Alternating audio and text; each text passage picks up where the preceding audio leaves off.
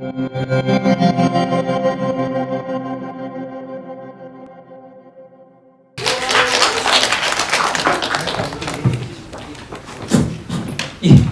안녕하셨습니까? 한 주 동안 잘 계셨습니까? 잘 계셨습니까? 아, 이게 갑자기 카메라가 들어오니까 쑥 들어오네. 좀 어색하긴 하네요. 예, 매주 보는 카메라인데 왜 어색할까요? 예, 처음 시작할 때는 정말 그런 마음이거든요. 언제 전주에 6번을 내려가지? 라는 이제 생각이었었는데, 이제 정말 6번 다 되고 나니까 또 아쉬운 마음이 드는 건 또 어쩔 수 없는 것 같습니다. 여러분, 뭐 이제 사실상 저희들이 저번 주까지 이제 어떻게 보면 전체주의 기원과 그리고 예루살렘의 아이만 보면서 우리가 전체주의 기원에 나왔던 악의 급진성, 그리고 예루살렘의 아이만에 나왔던 악의 평범성, 우리가 이제 여기서 뭐 계속 우리나라에서 악의 평범성이라는 개념을 쓰니까요, 악의 평범성에 대해서는 같이 알아봤었습니다. 여러분들하고 이제 뭐 그게 사실 이 주제 자체가 한나 아렌트와 근대의 악이라는 제목이었는데요. 그래서 근대에서 왜 악이 문제가 되었고, 그리고 그것들을 다루어내는 방식에 대해서 이제 우리가 또 이야기를 좀 해봤습니다. 사실 여러분에게 계속 말씀드렸듯이 20세기에 이제 악이 문제가 되었던 이유는 뭐냐면 두 번의 세계대전 때문이었다. 제가 처음에 이제 말씀을 드렸었고요. 두 번의 세계대전 자체가 어떻게 보면 원래 뭐 과거의 인간 본성을 뭐 선악설로 파악하든 뭐 이게 성선설로 파악하든 인간의 뭘 어떻게 본질로 파악하든 이 근본적으로 악은 자연에 깃들어 있다라는 발상이 되게 이제 오래된 발상이었거든요. 근데 그 악이 인간에 깃들어 있다, 이제 인간이 문제다라는 그런 방식으로 옮겨오게 된 게 사실은 이제 세계대전, 두 번의 세계대전을 통해서 그 악의 축이 어떻게 보면 자연에서 인간으로 넘어오는 일이 일어났습니다. 그리고 두 번의 세계대전 중에서도 여러분에게 이제 말씀드릴 수 있는 건 이제 2차 세계대전이었죠. 2차 세계대전에는 어떻게 보면 우리가 가장 당황했던 일이 하나가 일어났습니다. 왜냐? 생각해보면 우리가 이게 과학이라는 게 이성의 결정체잖아요. 그런데 이 근대라는 이 시기가 어떻게 보면 신으로부터 인간에게 권위를 넘기는 시기였거든요. 그러니까 중세라는 시기가 신의 시대였잖아요. 그런데 어떻게 보면 그때는 신의 말씀이 인간의 이제 어떻게 삶의 축이 되었는데, 이제 신의 말씀이 사라진 시대에 그러면 인간의 어떤 축이 인간의 삶, 이렇게 중심이 되어야 하느냐라고 했을 때, 정말 그 권위를 신으로부터 인간에 옮겨 놓으면서 인간의 이성에다가 이제 그 역할을 부여했는데, 문제는 뭐였느냐? 그 이성의 결정체라고 하는 과학을 통해서 우리가 사람들을 대량으로 학살하기 시작하고, 우리가 이성의 결정체라는 과학을 통해서 사람을 400만, 500만, 600만씩 이렇게 대량으로 학살할 수 있구나 라는 것들을 처음으로 이제 경험하게 된 시기였던 거죠. 자, 그러면서 어떻게 보면 악에 대한 연구들이 이제 본격적으로 시작되었었고요. 그 악에 대한 연구에서 어떻게 보면 한나 아렌트가 가장 많이 기여했던 부분은 뭐냐라고 하면, 악을 고려할 수 있는 두 가지 개념을 우리한테 줬던 겁니다. 이제 여러분에게 그래서 첫 번째 말씀드렸던 게 레디컬 이블이라고 하는 급진적 악의 개념이 있었고요. 그리고 우리가 이제 베널리티 오브 더 이블이라고 하는 이제 악의 평범성 개념이 있죠. 그래서 베이널 이블이라고 부르기도 하는데요. 이 악의 평범성 개념이라고 하는 악의 급진적 악과 평범한 악, 악의 평범성이라는 악의 급진성과 평범성이라는 서로 너무나 대조적인 개념을 우리한테 하나씩 준 거죠. 그래서 저희들이 이제 그 지난 5주 동안 그러면 악의 급진성은 뭐고 악의 평범성은 뭐고, 그리고 그 양자의 관계는 무엇인가에 대해서 끊임없이 찾아왔던 거였고요. 그리고 그걸 우리가 돌아와서 정리해 보자면, 한나 아렌트가 근본적으로 나치나 이런 세력들을 통해서 전체주의 체제를 통해서 확인했던 악의 급진성의 실체는 뭐였느냐? 여러분에게 말씀드렸지만 첫 번째 가장 중요한 건 이해 불가능성이에요. 이해 불가능성. 도대체 왜 그들이 그 일을 하는가? 그리고 왜 그들이 인간의 본성을 박탈하려고 하는가? 왜 인간의 본성의 자발성을 제거하려고 하는가에 대한 이제 이해 불가능성 이야기를 하고 있고요. 그리고 어떻게 보면 그 다음에 나오는 것들이 이제 인내 불가능성, 뭐 처벌 불가능성, 용서 불가능성 같은 것들이 이제 따라서 나오는 거죠. 그러면서 어떻게 보면 악이란 사랑으로도 우정으로도 용서할 수 없다라는 이제 용서 불가능성까지 이르고, 그리고 그 어떤 것으로도 처벌할 수 없다라는 처벌 불가능성에 이르면 이제 문제가 생겨납니다. 악에다가 우리가 뭔가를 부여하는 행위가 돼요. 이게 뭔가 의미를 부여하는 행위가 되어버리죠. 그래서 실제로 이제 한나 아렌트가 이런 방식으로 악을 처음에 이해했을 때 그의 선생님인 칼 야스푸스가 이걸 이제 경계했었습니다. 그러면서 이제 아렌트한테 실제로 이런 방식으로 악을 이해하는 건 내가 볼 때 바람직하지 않은 것 같다 라고 해서 그 이야기를 해주게 되고요. 그리고 그 이야기가 담긴 게 여러분 혹시 다 가지고 계실지 모르겠습니다. 오늘 이거 받으셨어요? 들어오실 때? 예, 제가 이게 우리말 편지들도 최근에 번역이 됐다는 말을 들었는데 완역은 아니라는 말을 들었습니다. 이제 왜냐하면 영문이 이만하면 우리 책이 이만해야 되는데요. 보통 이제 그 실제 영문으로 이만한 책이 요만하게 번역이 되어 나온 거 보니까 부분 이제 번역이 되어 있는 것 같아요. 그런데 제가 거기서 이제 한나 아렌트와 이제 이게 야스퍼스가 서로 주고받은 편지들이 있거든요. 스승이 그 편지들에서 이제 그 주고받은 대목, 특히 우리가 이제 이야기하는 악의 평범성과 관련된 대목을 가지고 왔습니다. 그리고 제가 거기다 밑줄을 이제 그어놓고요. 여러분하고 저번 시간에 말씀드렸듯이 정말 조금 어렵지만 한번 같이 읽어보겠다고 이제 말씀을 드렸는데요. 그래서 이제 같이 읽어보는 시간을 갖도록 하겠습니다. 이제 여기서 보시면요, 이제 뭐 여기 이게 이 편지에 대해서 여러분에게 어떻게 흥미를 갖게 이제 뭐 할까라고 생각을 해보면 사실 이 편지들이 주고받은 시기가 상당히 오래되는데요. 그런데 특히 제가 주목하는 시기는 언제냐면 2차 세계대전이 끝나고 이제 편지를 많이 주고받는데 그때부터 2차 세계대전에 대한 반성, 이제 그때 우리가 무슨 일이 있었는가 그런 것들에 대한 반성들이 계속 지속되고 있거든요. 그래서 2차 세계대전 이후 직후에 주고받은 편지들은 정말 우리가 계속 주목해서 볼 만한 필요가 있습니다. 그리고 그 편지들 중에 하나예요. 오늘 제가 우리가 같이 읽어보게 될 여기에 그 편지들 중에 하나고요.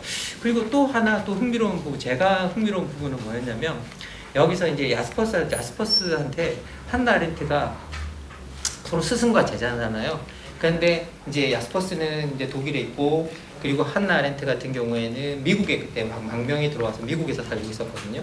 그런데 아무래도 미국에서 이제 한나 아렌트가 유명해지고 있었고 유럽에서는 2차 세계대전이 끝나고 물자가 부족한 상황이었었고 그래서 한나 아렌트가 이 야스퍼스 스승한테 바리바리 뭐 물건을 싸서 묻혀요. 그런 대목들이 다 나옵니다. 근데 여기 보면 그 당시만 해도 우편들이 한번 가면 전쟁이 끝난 통이라 정리가 안 돼 있어서 중간에 분실물도 많고 뭐 이렇게 하니까요. 이걸 어떻게 하냐면 뭐 선생님 제가 이제 물품을 붙일 텐데 이 사람한테는 밀가루를 붙였고 이 사람한테는 뭘 붙였고 이 사람한테는 뭘 붙였고 해서 사람들한테 온통 주변에 아는 사람들 다 나눠 붙이는 거예요. 그거. 그래서 선생님이 여기 가서 이거 찾아서 쓰시고 이거 찾아서 쓰시고 이거 찾아서 쓰시라고 계속 그렇게 쭉 하는 대목이 나오는데요. 거기 보면 읽어보면 약간 그 눈물 나는 대목들이 있어요. 네, 거기서 이제 뭐 이 야스퍼스가 뭐라고 답을 하냐면 지난 1년 동안에 전쟁이 끝나고 1년 동안에 내가 전쟁 동안에 너무 야이고 몸도 안 좋았었는데 네가 보내준 음식과 옷들과 이런 것들 때문에 내가 건강도 너무 좋아지고 그래서 너무 감사한다라는 그런 이야기가 나와요. 그러면서 뭐라고 이야기하냐면 한나 아렌트한테 내가 너한테 어떤 고마움을 표시하지는 못하겠고 내 모든 책의 영업판권을 너한테 주마. 그래서 영업판권을 줘요. 이 편지에 나와요. 그래서 한나 아렌트가 야스퍼스의 모든 영업판권을 가지고 있었거든요. 그래서 실제로 여기서 이제 편지를 주고받는 과정에서 그 이야기가 나오고 있고요. 그리고 수많은 뭐라고 해야 될까요? 스승과 제자가 어떤 때 보면 서로 학자로서 치열하게 다투고 있고 어떤 때 보면 정말 이게 그 선생님을 너무 따뜻하게 보살피는 이제 제자의 모습이 나오고 그리고 그 가운데서는 선생님이 마치 아이처럼 보이는 대목이 나오고요. 그리고 야스퍼스가 아이처럼 보이는 대목이 나오고 그리고 어떤 때 정말 진지한 학문에 딱 이런 토론에 들어가서는 야스퍼스가 정말 선생님의 모습 같은 것들을 딱 보여주는 때가 있는데 오늘 제가 사실은 여러분하고 이제 읽게 될 이 대목이 그 선생님의 모습을 보여주는 대목이에요. 그런데 이제 여러분들도 다 아시다시피 2차 세계대전이 끝나고 독일 이제 우리 저번 주에 공부했는데 독일 젊은이들이 다 좌절에 빠져 있었다 그랬잖아요. 자기들이 집단적인 유죄감 우리가 뭔가를 잘못했다. 독일 민족이 뭔가를 잘못했다. 독일 민족이 집단적 유죄감에 빠져 있었는데 그 집단적 유죄감으로부터 그 독일의 젊은이들을 구하고 그 대신 그 독일의 젊은이들이 자기 앞선 세대들이 한 정치적 행위에 대해서는 책임을 지도록 만드는 이제 그런 걸 하기 위해서 독일 유죄의 문제라고 하는 아주 유명한 책을 이제 야스퍼스가 쓰게 되거든요. 그런데 이 야스퍼스의 이 원고를 이제 미리 이제 한나 아렌트가 보고 주고받고 뭐 하면서 왔다 갔다 하는 이야기들이 있어요. 근데 거기서 보면 한나 아렌트가 이제 선생님한테 야스퍼스 그 독일 유죄 문제를 읽고 자기가 봤을 때 나치의 범죄는 도대체 내가 이해할 수 없는 거라는 소위 말해 레디컬 리블에 나오는 이해 불가능성이라는 부분을 처음 이야기하고 있어요. 그럴 때 그 이야기를 듣고 이 야스퍼스가 불편했던 거예요. 아 이건 네가 잘못 생각하는 거야. 그러면서 거기에 대해서 충고하는 편지를 이제 주기 시작합니다. 그래서 여기 보시면 이게 제가 보낸 게 너무 글씨가 작아지고 저도 안 보이거든요. 저 최근에 제가 눈이 안 보이기 시작했거든요. 그래서 저도 안 보여서 상당히 걱정인데요. 여기에 보면 제가 안경을 벗고 봐야 될 정도인데 여기 보면 you say that 여기 나오죠. 그리고 what the Nazi did cannot be comprehended as crime. 그러니까 네가 나치가 한 일이 범죄로 이해되는 게 이해할 수 없다라고 네가 그렇게 이야기를 하고 있다. 그런데 I'm not altogether comfortable with your view라 그래서 네가 그렇게 생각하는 거에서 내가 좀 편치가 않다. 이게 정말 마음이 편치가 않다라는 이야기를 합니다. 그러면서 그 이유를 뒤에 밝히고 있는데요. Because a guilty debt goes beyond all criminal guilt. 그러니까 소위 말해 범죄적 유죄를 넘어가는 모든 유죄들은 이렇게 inevitably 불가피하게 takes on a streak of greatness. 그러니까 어떤 일종의 일련의 greatness, 위대함을 갖게 되는데 어떤 위대함이냐? of satanic greatness. 그러니까 악마적 위대성을 갖게 된다는 거예요. 악마적 위대성을 갖게 된다. 그러면서 which is 이건 for me 나에겐 어떤 거냐라고 하면 as inappropriate for the Nazis as all the talk about the demonic elements in Hitler and so forth. 그래서 히틀러와 등등에 대해서 이야기하는 와중에 모든 이야기하는 와중에 어떤 악마적 요소에 대한 이야기들처럼 나치에게도 이렇게 이런 것들을 표현하는 건 별로 바람직하지 않아 보여 라는 그 이야기를 하고 있는 거죠. 그러면서 it seems to me 이건 나는 어떤 거냐면 we have to see these things. 그러니까 이런 것들을 어떻게 봐야 되냐? in their total banality. 그러니까 소위 말해 여기서 banality는 평범한 아니에요. 어떤 거냐면 완벽하게 시시한 것들로 봐야 됩니다. 시시하다는 의미예요. 사실은 여기서 정말 시시한 것, 그러니까 시시한 것들 그리고 in their prosaic triviality. 그러니까 일상적인 triviality, 소위 사소함으로 봐야 된다라고 이제 그렇게 이야기합니다. 그러면서 because that 여기 보면 because that's what truly characterizes them. 이게 진짜 그것들을 규정짓는 그것들의 성격을 진정으로 규정짓는 것들이기 때문이다라고 그렇게 이야기하고 있죠. 그러면서 정말 우리가 쉽게 이야기할 수 있는 예화 하나를 줍니다. Bacteria can cause epidemics. 그러니까 박테리아가 전염병을 만들어낼 수 있을 거다. 그리고 that wipes out the nations.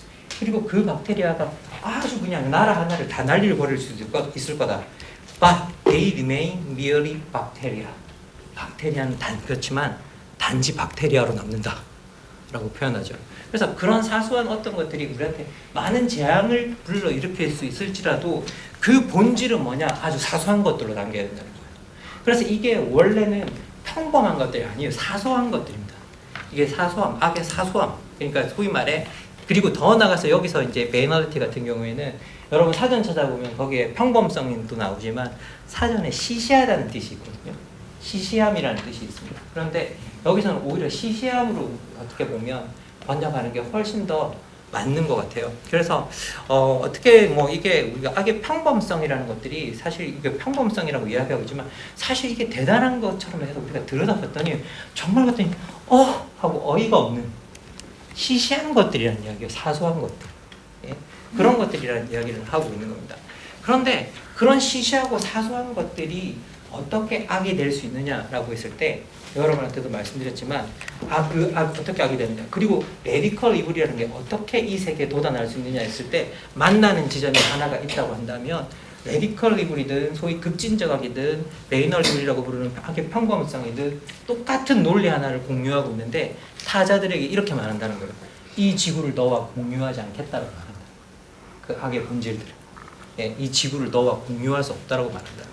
그러니까 누군가가 우리가 어떤 사람들에게 어떤 세력들에게 이 세계를 당신과 공유하지 않겠다라고 말하는 것에서부터 알고 보면 악이 출발된다라는 이야기를 이제 그것이 레디컬한 거든 그게 우리가 시시하게 보는 거든 다 출발하고 있고 그 지점을 어떤 정치 세력이나 아니면 어떤 집단이나 개인이나 그런 것들을 받아들일 때 우리가 그것이 급진적이든 아니면 어떤 시시한 그런 사소함이든 피할 수 없게 된다는 이야기를 한나 아렌트가 이렇게 하고 있는 겁니다.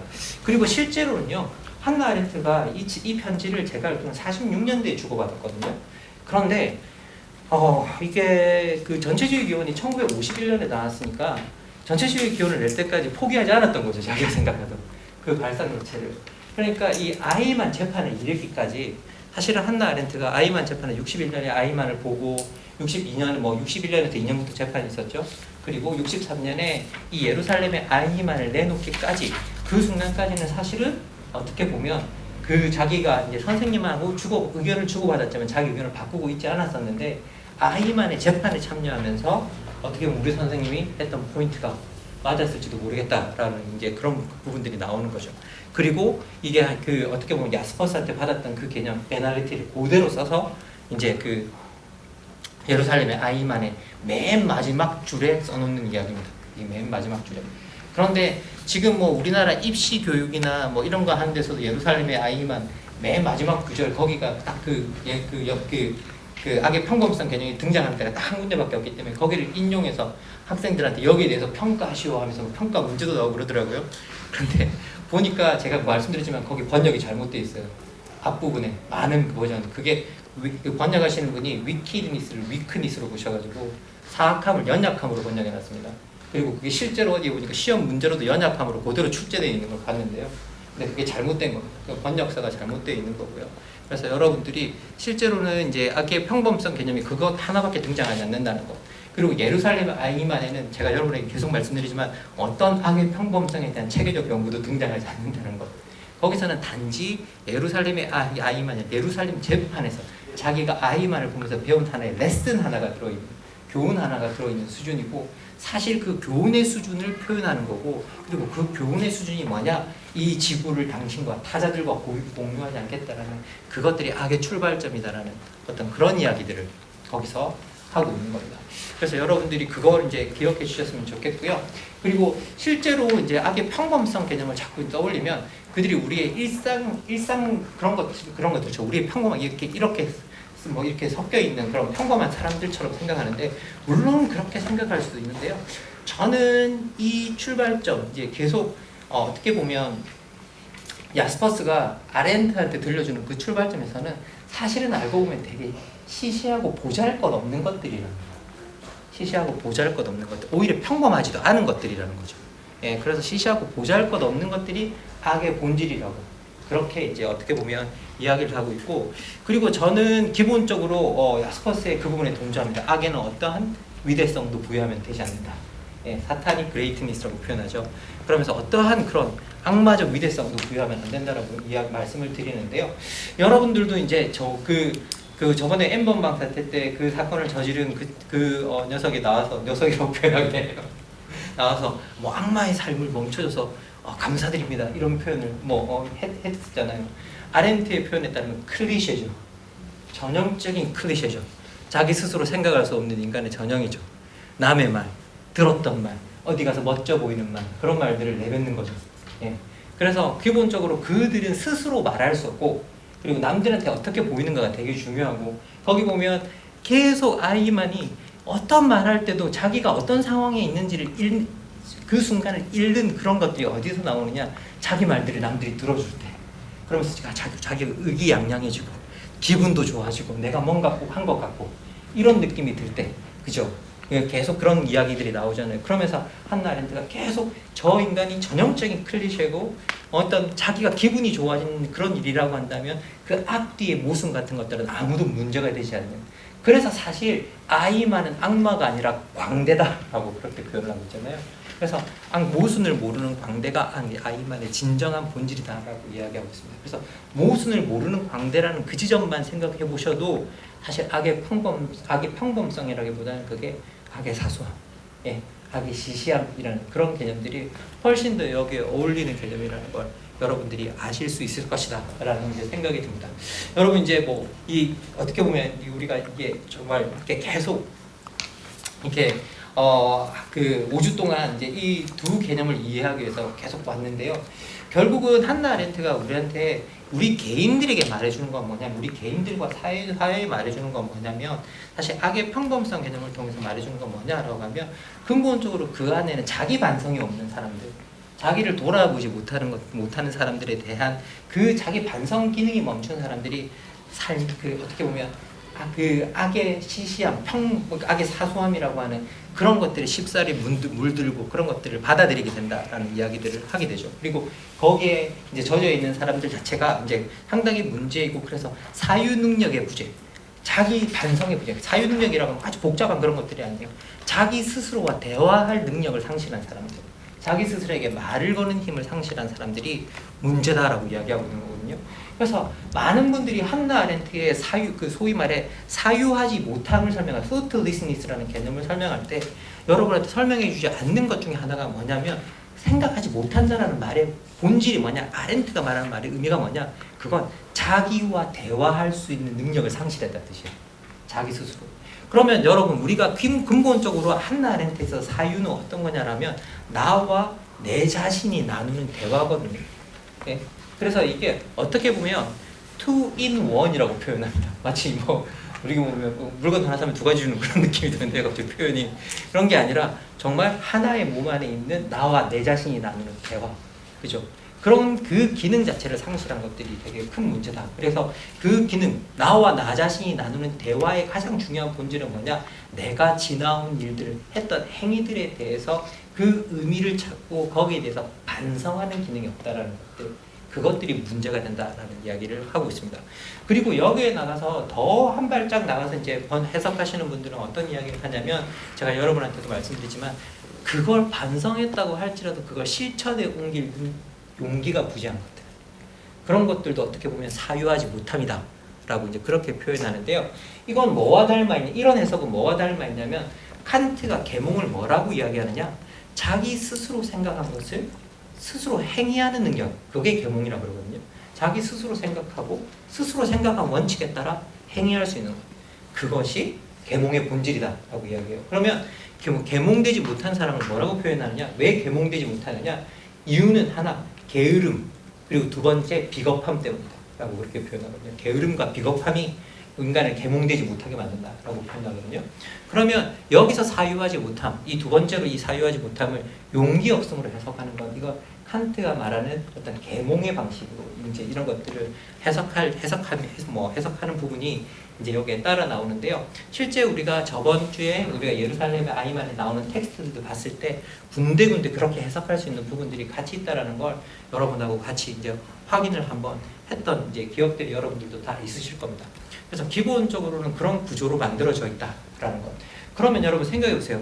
개인들이 어떤 행위에 대해서 사유하지 못한다라는 것들이 문제가 된다고 한다면, 집단 역시 어떤 행위를 하고 난 다음에 거기에 대해서 사유하지 못하는 것, 반성하지 못하는 것도 문제가 되겠죠.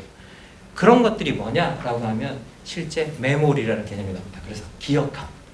이제 어떻게 보면 집단이 무엇을 했는가를 기억하지 못할 때 또 그런 일들이 일어날 수 있다는 거예요. 다시, 그리고 그런 악들이 반복될 수 있고, 그리고 우리가 어떤 했던 행위의 의미를 곱씹지 못하기 때문에 사실은 알고 보면 우리가 어떤 유의미한 행위를 했다고 할지라도 그것들이 다음 세대로 전달되지 못하는 그런 일들이 일어나고, 그 중간에 그런 것들이 사라지는 일들이 일어난다라고 그렇게 이야기합니다. 그리고 근본적으로 우리 인간의 행위, 유의미한 행위들이 이루어지는 장소는 어디냐라고 하면, 우리가 한나 아렌트 같은 경우는 인간의 가장 유의미한 행위가 이루어지는 곳이 공론장이거든요. 그 공론장에서 우리가 자유를 이야기하면서 우리가 연대를 이야기하고 동료들과 같이 무언가를 시작하고 거기서 무언가를 같이 시작해서 완수하는 것, 그게 이제 한나 아렌트는 어떻게 보면 그 한나 아렌트가 말하는 완전한 자유 개념이거든요. 우리는 뭐 자유를 갖다가 의지한다라고 표현을, 자유의지 이런 표현을 많이 하지만, 아렌트 같은 경우에는 우리가 자유를 의지하는 건 자유가 없는 상태의 무능 상태라고 표현해요. 예. 소위 말해 우리가 실현할 수 있으면 그렇게 갈망하지 않는다라고 표현하거든요. 그래서 끊임없이 무언가를 갈망한다는 것, 끊임없이 무언가를 의지한다라는 것.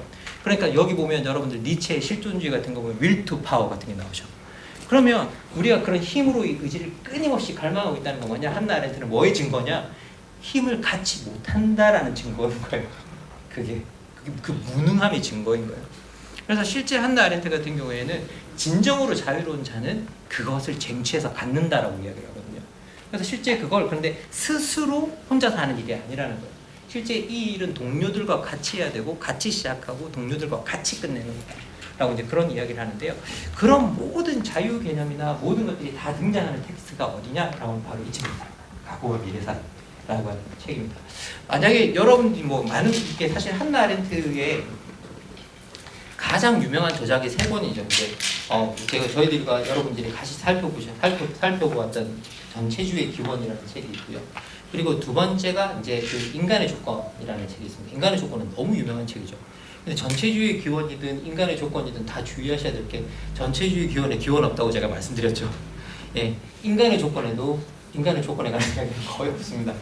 그리고 이제 그 마지막 3부작 같은 경우에는요, 아렌트의 이제 정말 3부작 어떻게 보면 이 인간의 조건도 읽다 보시면 여러분 되게 허무한 게 뭐냐면 결론 없이 그냥 툭 끝나요. 그리고 전체주의 기원도 갑자기 온갖 이야기를 다 하다가 새로 시작할 수 있어라는 그냥 한 문단도 그냥 툭 끝나버려요. 그러면 그 새로 시작할 수 있어라는 그 한 문단으로 툭 끝난 이야기를 뭐 어디서 하고 있느냐라고 하면 인간의 조건에서 하고 있는 거거든요. 인간의 조건으로 옮겨와서 하고 있는 거예요. 그리고 거기 인간의 조건에서 읽다 보면 우리 근대 세계가 정말 어떻게 보면 노동의 지배 때문에 망해버렸어. 이거 어떡하지? 라고 하고 이야기가 끝나버려요. 그러면 그 다음에 자유를 찾는 이야기가 어디에 나오냐? 혁명론에서 등장하고 있습니다. 그래서 이게 원래 3부작으로 만들어진 이제 텍스트고요. 이게 워낙 유명한 텍스트입니다. 그리고 우리한테 이 3부작보다 더 유명한 텍스트는 아이만이죠. 예루살렘의 아이만이라는 텍스트고 너무 우리가 친숙한 텍스트고요. 그리고 이 텍스트 때문에 악의 평범성이라는 개념이 이제 어떻게 보면 이게 더 다가오죠. 실제로 우리가 악의 평범성이 악의 급진성보다 훨씬 더 우리한테 그 충격적으로 다가오는 이유는 뭐냐면 우리는 그냥 악이 급진적일 거라고 상상을 해요. 악이 급진적일 거라고, 악이 막 대단한 이런 것들이라고 상상을 해서 하기 때문에 악의 급진성 이야기를 하면 많은 분들이 그냥 그렇구나 이렇게 받아들이는데 비해서 이게 사실 알고 보면 악을 행하는 사람들이 너무나 평범하고 때로는 너무나 시시한 사람들이고 아이만 같이 시시한 사람들이라는 거잖아요. 생각해보면 아이만 같이 시시한 그런 사람들이 그런 일들을 하고 있다고 생각해보면 이건 우리한테 되게 충격적인 개념으로 다가오죠. 그러다 보니 이 예루살렘의 아이만 같은 경우가 우리한테 훨씬 더 이제 인기 있는 텍스트가 되고 우리들이 많이 읽고 있는 텍스트가 되어 있습니다. 그래서 여기서 우리가 이제 뭔가 의미를 많이 찾아내긴 하는데요. 근데 저한테 저는 이제 한나 아렌트 전공자인데 저한테 만약에 누군가가 아렌트 텍스트 중에 딱 한 권만 읽어보라라고 한다면 전 이 책을 읽어야 된다 라고 이제 말씀을 드리는데 그 이유가 뭐냐면 이 책에 한나 아렌트가 쓰고 있는 모든 중요한 개념들이 다 등장합니다. 모든 중요한 개념들이 다 등장하고 있고요. 그리고 실제로 한나 아렌트에 들어가기 위해서 알아야 될 개념들이나 알아야 될 프레임들이 있다라고 하면 바로 여기에 거의 다 담겨 있기 때문에 어떻게 보면 여러분들한테 가장 권장할 수 있는 책인데 안타깝게도 이 책이 서유경 선생님이 번역하셔가지고 이 책이 나왔었다가 절판이 된 이유가 안 나오고 있습니다. 번역서가 안 나오고 있는데요. 근데 한나 아렌트 책 중에 가장 번역하기 어려운 책 중에 하나입니다. 왜냐하면 전부 다 개념서거든요. 예, 개념서고 그리고 이 소위 말해 그런 개념들, 소위 말해 자유라든지 권위라든지 이런 것들을 어떻게 탐구하고 찾아낼 것이냐, 어떻게 그런 것들의 본질을 발견할 것이냐 했을 때 그런 것들을 찾아내는 연습을 하고 있고요. 그리고 거기서 이 책의 원래 부제가 뭐냐면 사유연습이거든요. 사유연습. 그렇기 때문에 자기 스스로 사유하고 있기 때문에 자기가 이렇게 생각해보다가 잘못된 게 있으면 물러났다가 다시 돌아갔다가 다시 앞으로 가고 하는 작업을 책에서 하고 있어요. 그러니까 자기의 오류를 스스로 발견하고 물러나기도 하고 그리고 다시 자기 오류를 교정해서 들어가기도 하고 하는 작업들을 계속 반복하고 있기 때문에 이 책 자체가 상당히 읽기 어려운 책 중에 하나입니다. 그래서 어떻게 보면 읽기 어려우니까 번역하기도 어렵겠죠. 번역하기가 너무 어려운 책인데 그래서 이게 번역사가 좀 어떻게 보면 잘 안 나왔는데 저는 서유경 선생님이 번역한 이렇게 지금 절판이 돼 있는데 이 책도 잘했다고 생각합니다. 솔직히 말씀드리면 그나마 이제 접근성 있게 이제 번역을 해놓으셨다고 생각이 드는데요. 여러분께서 혹시 도서관에 가면 지금 있을 수도 있습니다. 도서관에 있을 수 있으니까 동네 도서관이나 아니면 시립도서관이나 이런 데 있을 수 있으니까 도서관에 가서 찾아보시면 아마 좀 보실 수 있습니다. 솔직히 말씀드리면 저도 한글 번역본이 없어요. 이게. 한글 번역본은 저도 갖고 있지 않습니다. 오래전에 절판이 돼서 저도 한글 번역본은 없고 저도 학생이 가지고 있는 걸 빌려서 봤었어요. 우리말 번역본이 어떻게 돼 있는가 빌려서 이제 한번 본 적이 있고 그래서 과거와 미래 사이 같은 경우에는 번역사가 없어서 여러분 접근성이 좀 없다라는 게 좀 단점입니다. 그래서 이걸 읽으라고 말씀을 못 드리는 건 지금 현재 절판이 되어 있어서 그렇다. 그리고 혹시라도 궁금한 분이 계시면 시립도서관이나 이런 데 가시면 아마 이 책이 있을 거다라고 저희가 말씀드리겠습니다. 그래서 과거와 미래 사이 제목도 좋지 않나요? 제목이 이렇게 표현하면 안 돼요. 카메라가 있어서 죽잖아요, 여러분. 카메라가 있어가지고 제가 순간 멈칫했는데요. 제목이 너무 좋은 것 같아요. 제목이 진짜 잘 지었고요. 그리고 한나 아렌트는 자기 스스로뿐만 아니라 이게 한나 아렌트의 편집자들도 대단했던 게 사실 뭐 전체주의 기원, 인간의 조건 다 편집자들이 지은 제목이거든요.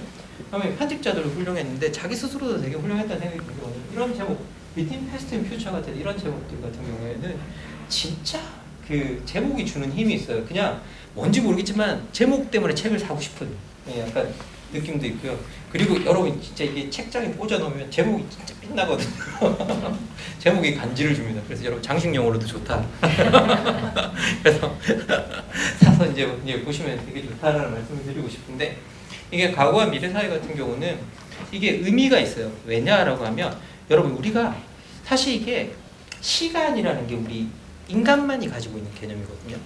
인간만이 가지고 있습니다. 어떻게 보면 그래서 우리가 과거, 현재, 미래라고 부르는데요. 실제 이 시제 개념이 진짜 우리 철학에서도 중요한 게 뭐냐라고 하면 여러분 진리와 사실의 차이가 뭔지 아세요? 진리와 사실의 차이. 예. 예. 영원히 변하지 않는 것. 예. 그러니까 그걸 시제형으로 표현하면 뭐냐면요. 진리의 시제는 늘 현재형이에요. 예. 그래서 어제도 is, 오늘도 is, 내일도 is인 게 진리형이라면요. 사실은 뭐냐라고 하면 시간 지나면 변하죠. 예, is가 was로 변하죠. 그래서 실제 어떻게 보면 사실과 진리의 가장 큰 차이가 그거거든요. 그래서 철학은 사실을 찾아 헤매는 학문은 아니에요. 그래서 철학은 진리, 소위 말해 원래 플라톤식의 철학은 is라고 하는 항상 그 시제가 변치 않는 그걸 찾아 헤매는 학문이 어떻게 보면 철학이라고 할 수 있는데요. 그래서 되게 그 부분도 중요합니다. 그래서 시제라는 이 부분이 우리한테 상당히 중요한데 그런데 이게 원래 인간 존재는 시간 때문에 사실 이게 모든 고뇌와 이런 걸 다 하잖아요. 우리가 죽잖아요. 기본적으로 우리가 병들고 죽고 나이 들고 생로병사라는 게 이게 종교에서도 너무나 중요한 문제가 되고 그리고 더 나아가서 철학적으로도 중요한 문제고 그리고 여러분들이 너무나 걱정하시는 인공지능이 우리들처럼 되면 어떡하지? 라고 했을 때 고민 안 하셔도 되는 부분이 뭐냐라고 하면 인공지능은 시간 속에서 사유할 수 없거든요. 그래서 인간을 근본적으로 우리 인간의 모든 인간다움은 어디서 나오느냐라고 하면 시간과의 갈등 때문에 나와요. 시간과의 갈등. 내가 시간 때문에 정말 어떻게 보면 지나가는 이 시간들, 흘러가는 이 시간들 때문에 내가 늘 지금 이 순간에도 제가 여러분에게 말씀드리는 이 순간에도 죽어가고 있는 거잖아요. 생각해보면. 어떻게 보면 이게 좀 한쪽 편 나쁘게 생각해보면 그러면 우리가 계속 이렇게 말하는 우리 시간 속에 늘 얽매여 있고 늘 이렇게 제약되는 존재이기 때문에 이 시간을 어떻게 사유하는가가 되게 중요한데 우리가 늘 이렇게 고민하는 이유는 뭐냐라고 하면 우리의 시간을 늘 직선적으로 생각하기 때문이에요. 과거로부터 현재를 지나 미래로 계속하는 그리고 한쪽 방향으로 쭉 흘러가죠. 그리고 우리의 신체도 그 방향을 따라 이렇게 늙어가죠. 그런데 우리 인간의 삶은 그렇지 않아요. 우리 인간의 삶은 이 시제로부터 때로 자유로울 때가 있습니다. 이 시제로부터 어떻게 자유롭느냐라고 했을 때 우리가 과거에 무슨 일을 했는가 기억하고 과거에 무슨 일을 했는가 사유하고 그리고 그러면 그 과거로부터 우리가 받아들일 수 있는 것과 받아들일 수 없는 것들이 있겠죠. 그러면 우리가 정말 받아들일 수 없는 역사들이 있다고 한다면 그 받아들일 수 없는 역사와 단절하고 그리고 어떤 미래가 있다고 한다면 그 미래를 향해서 지금 내가 있는 이 자리 이 순간을 기점으로 해서 새롭게 시작할 수가 있는 거예요. 새롭게. 한나 아렌트의 철학을 새로운 시작의 철학이라고 그러거든요. 실제로 새로운 시작. 그리고 한나 아렌트가 말하는 건 뭐냐면 인간의 자유의 본질이 뭐냐? 새로운 시작이라고 그래요. 뭔가 우리가 새롭게 시작할 수 있는 힘.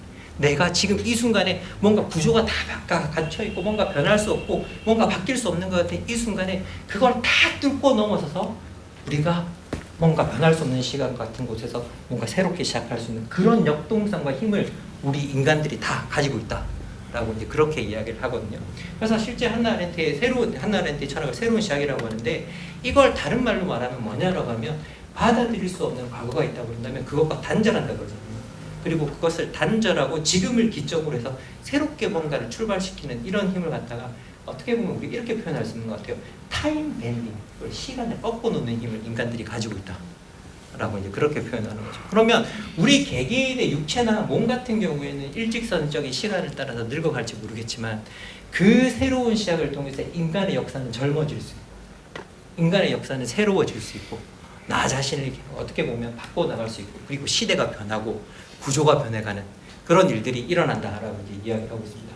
그리고 언제나 우리가 이 세계가 구조적으로만 움직인다고 생각한다면 우리 인간의 역할이 없죠. 거기에서는. 그런데 이 세계가 다 구조적으로 움직이고 정말 바뀔 것 같지 않은 순간에 우리가 뭔가 바뀌는 경험을 또 하잖아요.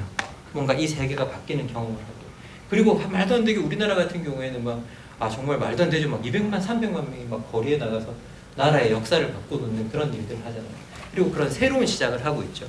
그러면 생각해보면 우리가 한나 아렌트 같은 사람들한테는 어떤 거냐 우리가 독재의 역사를 지나고 있다가 1987년이 그걸 받아들일 수 없는 과거로 확인하고 꺾어놓는 순간입니다. 이렇게 우리는 더 이상 독재라는 유산을 받아들이지 않겠어. 우리는 더 이상 독재라는 시대 속에 살지 않겠어 라고 하고 그 시간을 꺾어놓으면서 이제 87년이라는 이 시점을 기점으로 해서 우리는 새로운 체제, 새로운 민주적 체제로서 우리가 새로운 시작을 할 거야 라고 이야기하는 거죠. 그리고 그 약속들이 어디에 담겨 있느냐 한나 아렌트 같은 경우에 혁명론에서 우리가 만드는 헌법에 담겨 있는 거예요. 우리가 만드는 헌법에. 그러면 실제 87년 헌법 같은 경우가 어떻게 보면 그런 것들이 과거와 단절한 역사죠. 우리는 헌법이 계속 개정되었다고 말하지만 87년 헌법을 보면 여러분들도 아시다시피 대통령은 5년 단임제라고는 아주 이상한 제도를 가지고 있어요. 우리가 어떻게 보면 대통령 5년 단임제는 대통령의 권한을 사실은 다 죽여놓는 이 제도거든요. 이게 한 번 할 수밖에 없는데 5년 차다. 이건 누가 대통령이 돼도 레임덕이 올 수밖에 없는 그런 종류의 제도입니다. 왜냐하면 내가 재선될 수 있는 가능성이 있는 대통령이 있다라고 한다면 그게 레임덕 같은 것들이 안 올 수도 있겠죠. 재선 같은 거. 그런데 이게 재선의 가능성이 없는 이 시기가 지나면 끝나는 대통령이라고 그런다고 한다면 시간이 지나가고 5년에 다가가면 다가갈수록 그 사람은 힘을 잃을 수밖에 없는 그런 제도로 만들어놨는데 그러면 왜 이렇게 87년에 우리 헌법이 이렇게 이상하게 대통령에게 5년짜리 권력밖에 안 줬느냐라고 하면 독재의 역사의 유산인 거예요. 우리가 더 이상 한 사람에게 과도하게 오랫동안 기간 권력을 주지 않겠다라고 하는 그러니까 과거의 역사로부터 단절되는 방식으로 그런 제도들을 설정하는 거거든요. 그런 것들이 우리가 다 새롭게 시작하는 방식인 거예요. 그런데 문제는 뭐냐? 우리가 이 의미를 아는 사람이 얼마나 있냐는 거예요.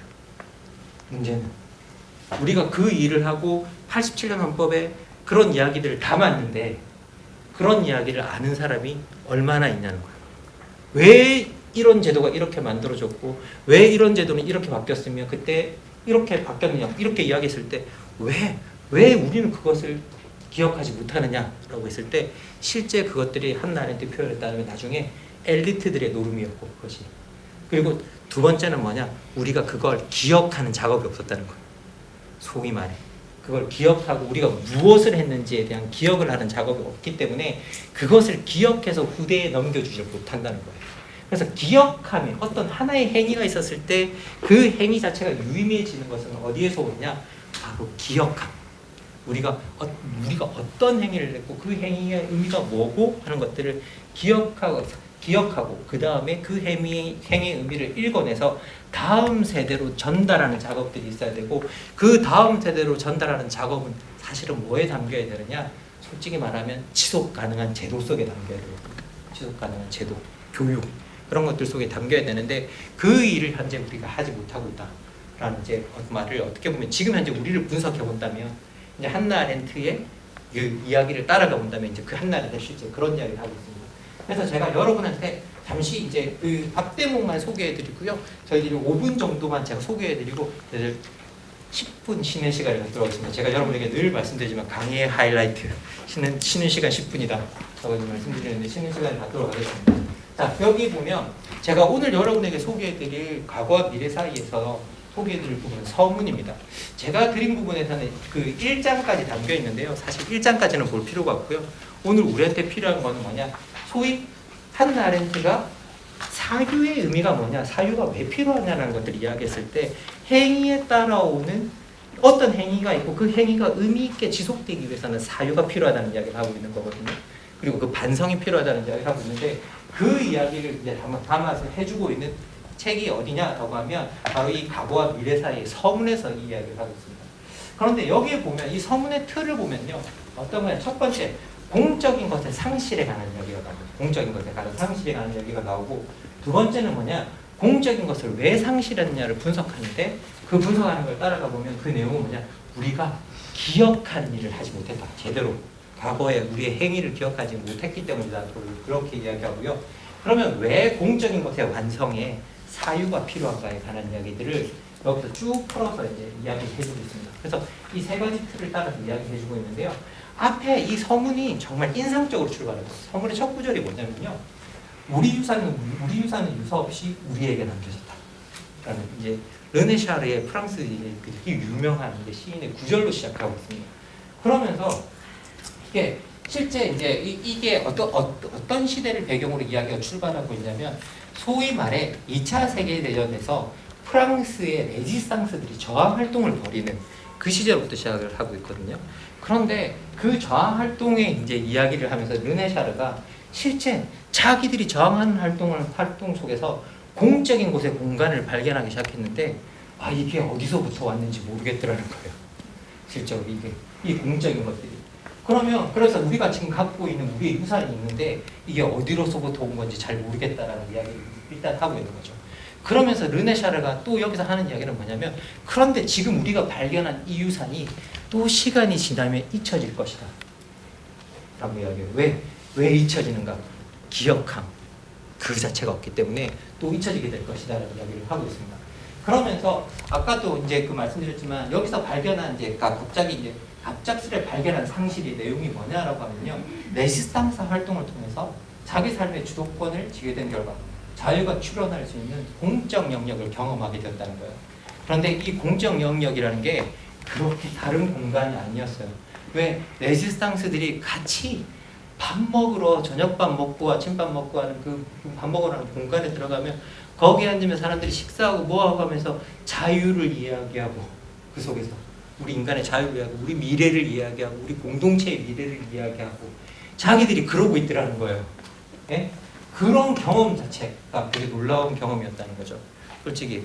그러면 저는 사실 저는 광주도 마찬가지였을 거라고 생각하거든요.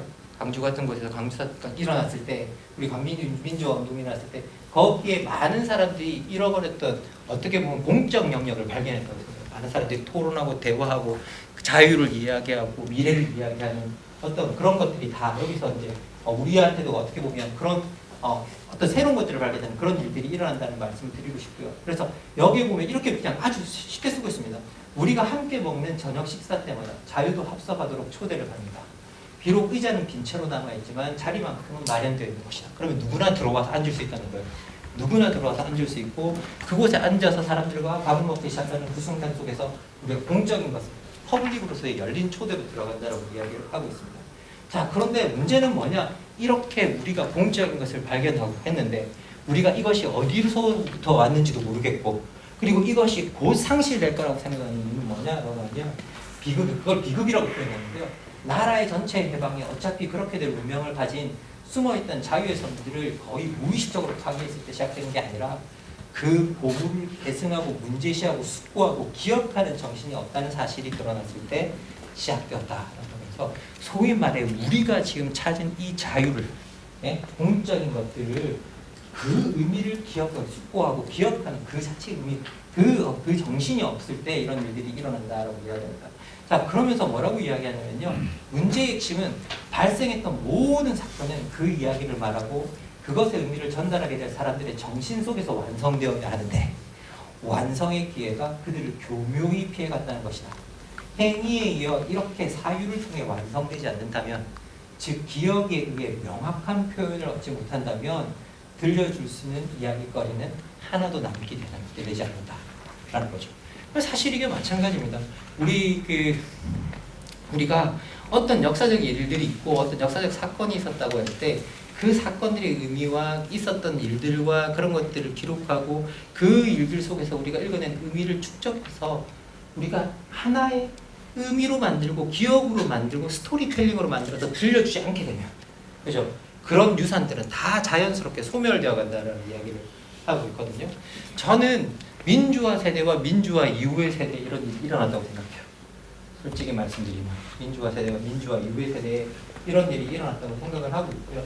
그리고 어떻게 보면 민주화 세대와 민주화 세대의 역사, 민주화 세대 이후에 우리가 그 민주화라는 행위에 대해서 우리가 정말 어떻게 적극적으로 사유하는 행위 자체가 되게 부족했다라는 것들, 그런 것들이 부족하면 어떻게 보면 지금 현재 우리가 지금 어떻게 보면 민주주의 때문에 상당히 어떻게 보면 이렇게 때때로 고통받는 순간들이 있거든요. 때때로 고통받는 순간들이 그렇게 찾아오지 않나 생각이 드는데요. 어쨌든 여기서 보면 왜 이야기하느냐? 결국은 이런 일들이 행위비 사유의 결핍이 문제다라고 이야기하면서 그 어떤 정통도 그것의 출현이나 실제함을 예견하지 못했고 어떤 요소도 그것의 미래를 규정하지 않았기 때문에 사라진 것이다. 예. 그러면서 기억하지 못함으로써 그것을 처음 느꼈고 어쩔 줄 몰랐던 것이다. 이제 그렇게 이야기를 하고 있습니다. 그래서 우리가 사실 알고 보면 우리 역사적으로 돌이켜보면 우리의 민주화의 역사 같은 것도 마찬가지거든요. 우리 4.19부터 쭉쭉 내려왔는데 마치 모든 것이 새 것처럼 느껴지는 이유는 무엇일까? 우리가 그렇게 이야기를 해본다면 그것을 기억하고 계승하는 작업들이 제대로 이루어지지 않기 때문이다라는 이야기를 하고 있는 것 같습니다. 자, 50분에 이르렀습니다. 여러분에게 10분 휴식을 드리도록 하겠습니다. 네, 10분 동안 행복하게 쉬셨는지 모르겠습니다. 네, 다시 두 번째 이제 그 시간으로 들어가 보겠는데요. 이제 제가 여러분에게 아까도 말씀드렸다시피 이제 결국은 우리가 자기 반성을 할 수 있는 능력이 있는가, 자기 안을 들여다볼 수 있는 능력이 있는가가 어떻게 보면 우리가 잘못된 길로 빠지지 않는 가장 어떻게 보면 우리가 다 알고 있는 거죠. 사실은 다 알고 있는 것임에도 불구하고 이제 그런 능력 자체가 어떻게 우리한테 존재하는가가 우리를 올바르게 이제 과거를 바라보게 하고 이제 우리가 가야 할 미래를 설정해 줄 것이다 라는 이야기를 이제 한나 아렌트가 하고 있는 건데요. 그래서 이제 여기서 다시 들여다보시면 이제 사유의 이야기로 돌아가 보면 한나 아렌트가 어떤 행위가 일어나고 난 다음에 이제 무언가 그 행위가 이 세계를 바꾼 것 같은데 결국은 시간이 지나 보니까 그게 아무것도 바뀌지 않은 것 같은 상황, 이제 그런 상황이 도래했을 때 우리가 어떤 현상이 나타나냐라고 하면요, 그렇게 이제 그런 일들이 일어나는 이유는 사실은 사유의 부재 때문이고, 이런 사유가 부재한 이런 상황에서는 전적으로 새로울 것이 아무것도 없다는 거예요. 왜냐하면 우리가 과거의 행위를 통해서 거기서 새로운 의미를 읽어내는데 그런 작업이 없었기 때문에 새로울 게 없다라고 이야기하고요. 그러면 이런 상태는 우리는 그저 여기서 사유는 생각한다는 게 아니라 이러저러한 이유, 이러저러한 이유, 합리적 반동과 함께 반복적으로 터져나오는 격렬한 붕괴에 지나치게 익숙해져 있다. 사실 우리가 뭔가 바뀐 것 같은데 안 바뀐 상황이 오면 거기에 대해서 우리의 가장 전형적인 반응은 사실 분개죠. 도대체 뭔가 합리적 이유를 대다가도 그 이유로 설명이 안 되기 때문에 계속 우리가 분개하는 현상들이 나타나거든요. 그런 것들이 사실은 이런 우리가 과거의 행위의 의미를 싣지 못했기 때문에 일어나는 일이다라고 이야기하고 있습니다. 그래서 저는 현재 우리나라에서 민주주의를 둘러싼 계속 반복적으로 우리 민주주의 성과를 이야기하면서도 왜 이렇게 왜 이렇게 똑같은 일이 반복되고 있는 것 같지? 라는 그런 담론이 나올 때 그냥 결국은 우리가 과거의 민주주의, 우리가 해왔던 민주적 역사를 만들어왔던 역사를 기억하고 그것들에서 의미를 읽어내고 그것들을 이제 후대에 넘겨줘야 되는데, 한국에서는 특히 현대사에 대해서 이야기하는 것들이 금기시되어 있는 그런 경향들이 상당히 강하기 때문에요. 이런 것들을 사실 행할 수 있는 공간 자체가 어떻게 보면 역사적으로도 되게 제한되어 있고 정치적으로도 제한되어 있는 게 사실이라는 생각이 듭니다. 자, 이제 어쨌든 여기서 한나 아렌트가 이런 우리가 인간의 사유 능력 자체가 그러니까 받아들일 수 없는 과거와 단절하고 우리가 어떤 미래로 가는 힘이 있다라는 것들을 설명해 주기 위해서 이제 카프카의 우화 하나를 차용해서 설명해 주는데요. 사실 한나 아렌트가 제일 좋아했던 작가 중에 한 사람이 카프카입니다. 이제 여러분들도 여기 계신 여러분들이 카프카 책을 한번 읽어보셨으면 다 카프카 읽어보면 자꾸 빠지게 되잖아요. 빠지게 되는 어떤 그런 성향을 가지고 있는데, 실제 한나 아렌트와 카프카는 그 관계가, 한나 아렌트가 너무 카프카를 좋아해서 이게 실제 거기 관한 연구 논문도 많이 나와 있을 정도로 어떻게 보면 이 두 사람은 되게 이제 연관성이 되게 큰데요. 여기서 어떤 이야기를 하냐면 아렌트가 시간 속에서 사유의 중요성 하나를 설명하기 위해서 카프카 우화 중 하나를 인용하는데요. 이제 그라는 타이틀 아래 쓰여진 1920년대 노트들이라는 작품들이 있습니다. 거기에 마지막에 실려 있는 이야기입니다. 마지막에 실려 있는 이야기인데요. 그 전문을 갖다가 한나 아렌트가 옮겨놓고 있는데 그게 길지가 않아서 다 옮겨놓고 있거든요. 그러면서 이렇게 설명하고 있습니다. 그에게는 두 명의 적대자가 있다. 그 중 하나는 뒤쪽에서 다시 말해 기원으로부터 그를 압박하고 있다. 과거죠. 예. 다른 하나는 그의 앞에서 막아서고 있다. 이건 또 미래입니다. 그는 양편 모두가 전투를 벌이고 있는 것이다. 자, 물론 전자는 그를 앞으로 밀어내려고 하기 때문에 후자와의 대결에서 그를 후원한다. 그러니까 미래와의 전 싸움에 있었을 때는 과거가 그를 후원한다는 거죠. 그리고 같은 방식으로 후자는 그를 뒤쪽으로 몰아내려고 하기 때문에 전자의 대결에서 그를 후원한다. 과거와의 싸움에서 과거를 이제 미래가 후원한다. 이런 식으로 이야기를 합니다. 그러나 이것은 단지 이론적 차원에서는 그렇다라고 설명하는데 어쨌든 이렇게 설명을 하고요. 그리고 뭐라고 했냐? 그곳에는 그 둘뿐만 아니라 바로 그 자신도 있기 때문이며 그 상황에서 누가 진정으로 그의 의도를 알 수 있겠는가라고 했을 때 여기서 그의 존재가 바로 사유하는 존재거든요. 그래서 하지만 그가 꿈꾸는 것은 경계가 느슨해진 어느 밤, 이 순간에 여태까지 어떤 밤보다 더 깜깜한 밤을 요구할 것이다. 근데 어느 때에 느슨해진 때에 전선에서 빠져나와 자신의 전투 경험에 비추어 서로 싸우고 있는 적들을 심판하는 위치로 올라서고자 하는 것이다. 그러면 과거와 미래 사이에 내가 있다면 갑자기 그 싸움 속에서 벗어나와서 이렇게 올라가서 과거와 미래 사이를 이렇게 둘러보면서 그 싸움 일어나는 심판을 그 싸움을 심판하는 현장이 나타났다고 하는데 바로 이 순간이 우리가 역사적 의미를 곱씹고 예, 우리가 거기서 의미를 읽어내는 그런 행위를 하게 될 것이라는 이야기를 하고 있는 겁니다. 자, 그러면서 이제 그 소위 말해 행위의 사유의 힘에 대해서 설명을 하고 있는데요. 결국 이 사건, 그러니까 전선에서 이렇게 아까 제가 올라갔잖아요. 빠져나오는 일의 샤르의 경부 속에서 발견한 핵심을 담고 있는 사건들 뒤에 따라 나오는 소위 말해 사건들 뒤에 따라 나오는 사유다라고 그렇게 표현을 합니다. 그러면서 카프카의 투쟁은 행위 과정이 진행되어서 자연스럽게 끝나는데 그리고 그 행위의 결과인 그 이야기가 그것을 계승하고 문제 삼는 사람들의 정신 속에서 완성되기를 기다리는 때에 시작된다. 그러니까 어떤 하나의 행위가 끝나고 그것들의 행위에 의미를 부여하고 그것들의 완성되는 어떤 그런 것들을 과정을 가져가기 시작할 때 그 사유가 시작된다는 거죠. 그런 것들 사유가 시작된다. 그러면 사유란 뭐냐? 행위 뒤에 이어지는 투쟁이다. 이제 시간과의 투쟁이라고 그렇게 표현을 하고 있는데요. 자, 그러면서 이 사유의 일, 어떤 역사적 행위를 했을 때 그 사유의 역할은 뭐냐라고 하면 이거라고 합니다. 정신의 임무는 무엇이 일어나는가를 이해하는 것이고, 그리고 이런 이해는 해겔의 논리를 따르면 현실과 자신을 화해시키는 인간의 방식이며, 이건 제가 이제 해겔의 철학의 인간과 사회세계의 그 화해라는 걸 여러분한테 오늘 설명드리려면 이제 3박 4일을 보내야 될 것 같은 느낌이 들어서요. 여기서 그것과 이제 설명은 하지 않겠지만 근본적으로 철학의 임무 자체가 우리가 살고 있는 이 현실과 소위 말해서 우리 인간과 이 살고 있는 현실 자체를 이성적으로 화해시키는 과정이라고 그러거든요. 철학 임무가. 그래서 이제 그 이야기를 하고 있는 거고요. 그리고 그것의 실질적인 결말은 세계와의 투쟁에서 평화를 이루는 것이다. 그럼 문제는 정신이 평화를 이끌어내고 화해를 유도할 수 없는 경우 정신이 즉시 자신과의 전쟁 상태에 들어선 스스로를 발견하게 된다는 점이다. 그러니까 어떤 행위에 대해서 일어났을 때 그 행위에 대해서 사유하고 그 행위를 통해서 내가 어떤 의미를 읽어내고 그 사건을 이해함으로써 어떤 평화를 찾는 그런 과정이 없다면 우리는 다시 어떤 사유의 전투 과정으로 들어가서 거기에 대해서 이제 자기 전투 과정에서 도대체 우리한테 무슨 일이 일어났지? 도대체 이 행위의 의미는 뭐지? 라고 하는 그런 이제 어떻게 보면 과정을 거치게 된다는 거죠. 그리고 그 과정 속에서 우리가 뭔가 이제 도착점이 있어야 되고 이해점이 있어야지만 이 사유 과정이 끝난다라고 이야기를 하는데요. 그러면서 어떤 얘기를 하느냐? 그 사이에서 우리는 만약 자신의 입지를 보수하고자 한다면 양 세력과 싸워야만 한 카프카가 그라고 칭한 사람들을 만나게 될 것이다. 결국 그곳에서는 2개 또는 심지어 3개의 전투가 동시에 벌어지고 있는데 이게 뭐냐? 내가 가운데선 내가 미래와도 싸우고 있고 과거와도 싸우고 있고 과거와 미래가 그 자체로도 싸우고 있는 거죠.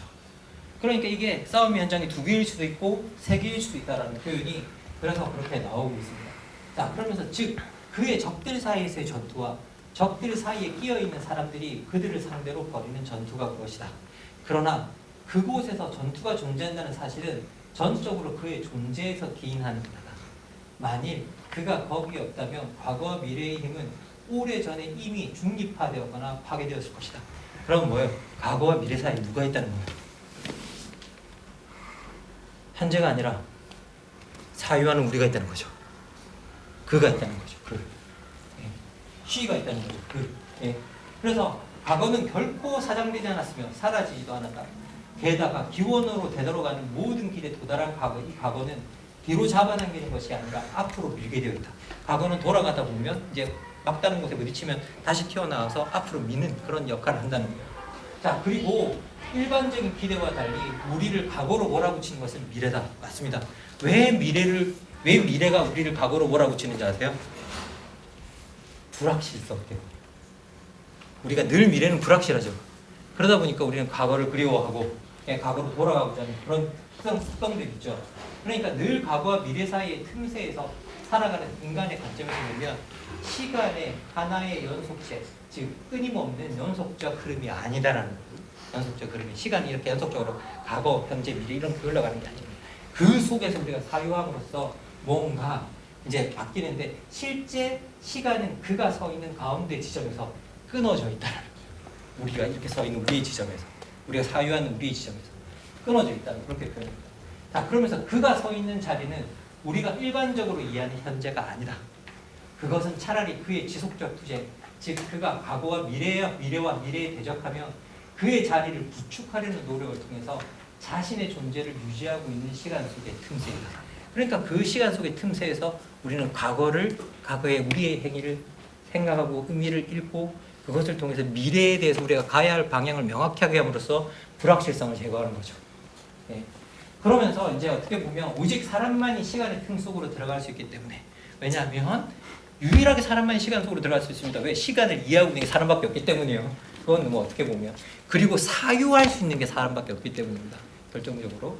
그래서 없기 때문에 무차별한 시간의 흐름은 사람이 자신의 토대를 세우는 만큼의 시제, 즉 과거와 미래로 나누어진다.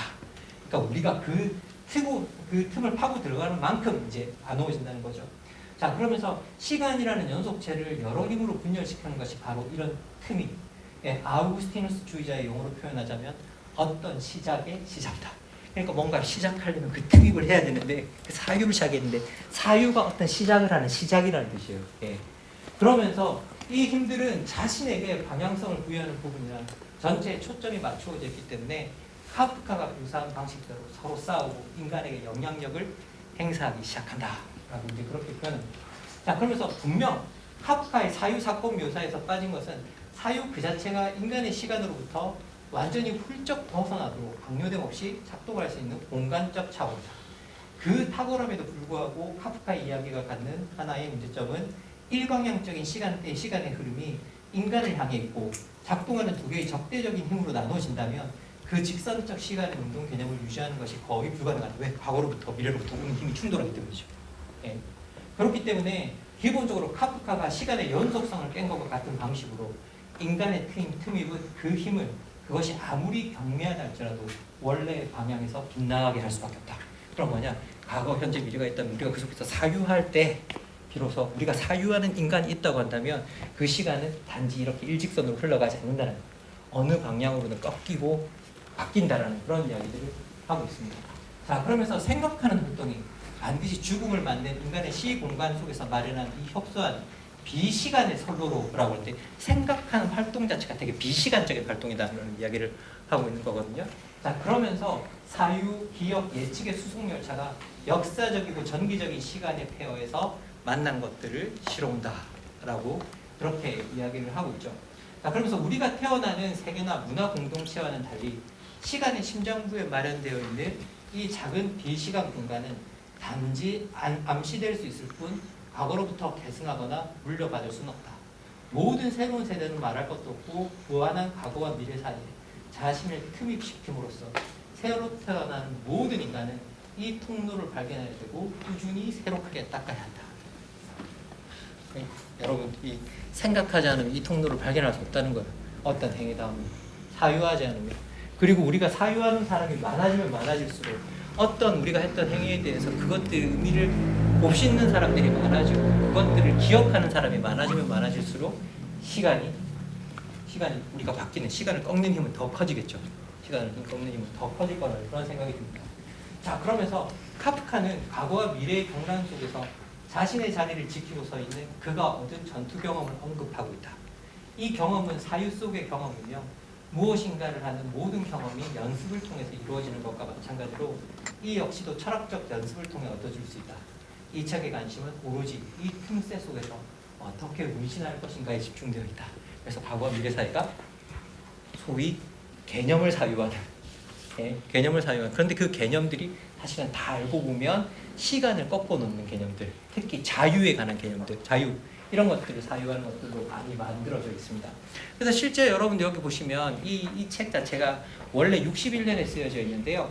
6개의 어떤 주제를 놓고 사유하는 그 연습을 하고 있습니다. 그리고 이게 68년에 아마 제 기억에는 이게 수정판이 나왔는데 수정판이 나올 때는 8개가 바뀌어 있습니다. 주제가 2개 더 들어가서 바뀌어 있는데요.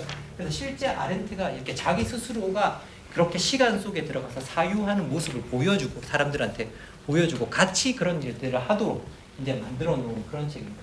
그런데 아렌트가 이 책에서 경계하는 것 하나를 적어 놓고 있는데요. 뭐냐면 사유가 만들어내는 새로운 시작이 아니라 부조리한 세계의 일부가 되지 않겠다는 신념에 매몰된 행위, 그런 것들은 사유가 아니라고 이야기를 해요. 그런 것들은 사유가 바라는 것들이 아니다. 사유가 진짜 바라는 건 뭐냐면 우리가 무언가 새롭게 시작하는 거지, 이 세계는 바뀔 수 없고 이 바뀌지 않는 세계 속에서 나는 그 부조리한 세계의 일부가 되지 않겠다라는 그런 방식의 사유는 내가 원하는 게 아니다라는 이야기를 하고 있는 건데요. 실제 이런 이야기를 왜 하느냐면 이 시대가 일종의 실존주의의 시대였기 때문입니다. 근데 실존주의가 원래 그거죠. 이 부조리한 세계의 위선자로 살지 않겠다는 거죠.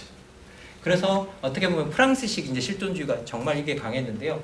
생각해 보면 여러분들 까미의 시지프스의 신화 같은 거 보면 거기 시지프스가 바위를 굴러올리는 일을 끊임없이 반복하고 있죠. 해결되지 않는 일을 끊임없이 반복하면서 거기서 뭐 이게 뭐 까미 같은 경우에는 시지프스가 행복하다고 생각해야 된다라는 식의, 왜 위선자가 아니거든요. 거기서 이제 들여다보면 생각해 보면 예. 그래서 그런 이야기를 하고 있는데 나는 그런 이야기를 하는 게 아니라는 거예요. 그러면서 프랑스식 실존주의는 우선적으로 근대 철학의 단점에서 벗어나 행위에 대한 절대적인 신념으로의 도피를 의미했다. 그러니까 사실은 이렇게 부조리한 세계의 일부가 되지 않겠다는 그런 도피 같은 것들을 의미하는 게 아니다라고 이야기하면서요. 뭐라고 이야기하느냐? 근대인들이 자신의 정신과, 그러니까 실존주의 의미를 이렇게 설명합니다.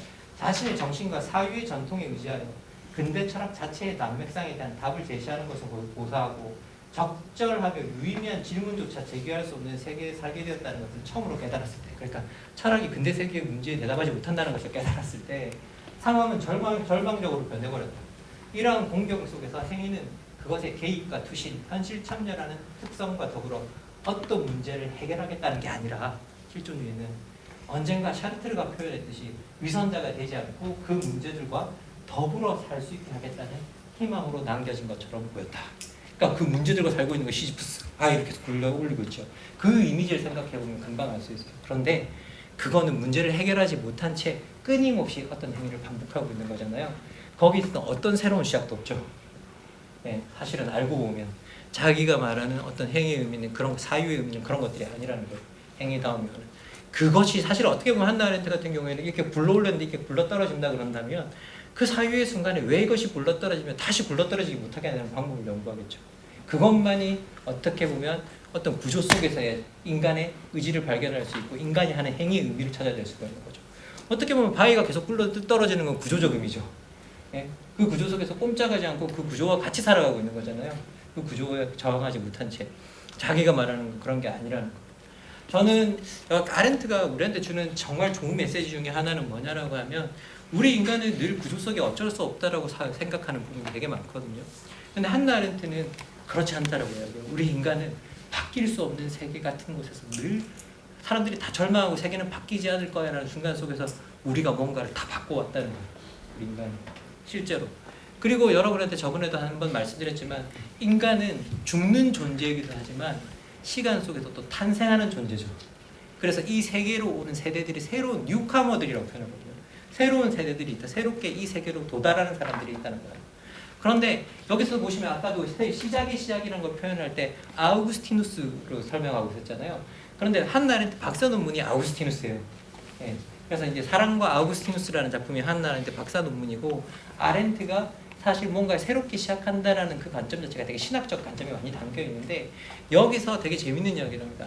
신이 이 우주를 창조했을 때 자신이 이 만든 이 우주를 확인시켜 주기 위해서 인간을 창조했다고 그러거든요. 왜냐? 이 인간 하나하나가 새롭게 올 때마다 이 우주가 새롭게 출발하도록 만들어놨다는 거예요. 인간 이 세계에 올 때마다. 그래서 기본적으로 우리 인간은 우리가 의도했던 안 했던 이 세계에 오면서 우주를 한번 출발시키면서 온 기적 같은 존재라고 이야기하거든요.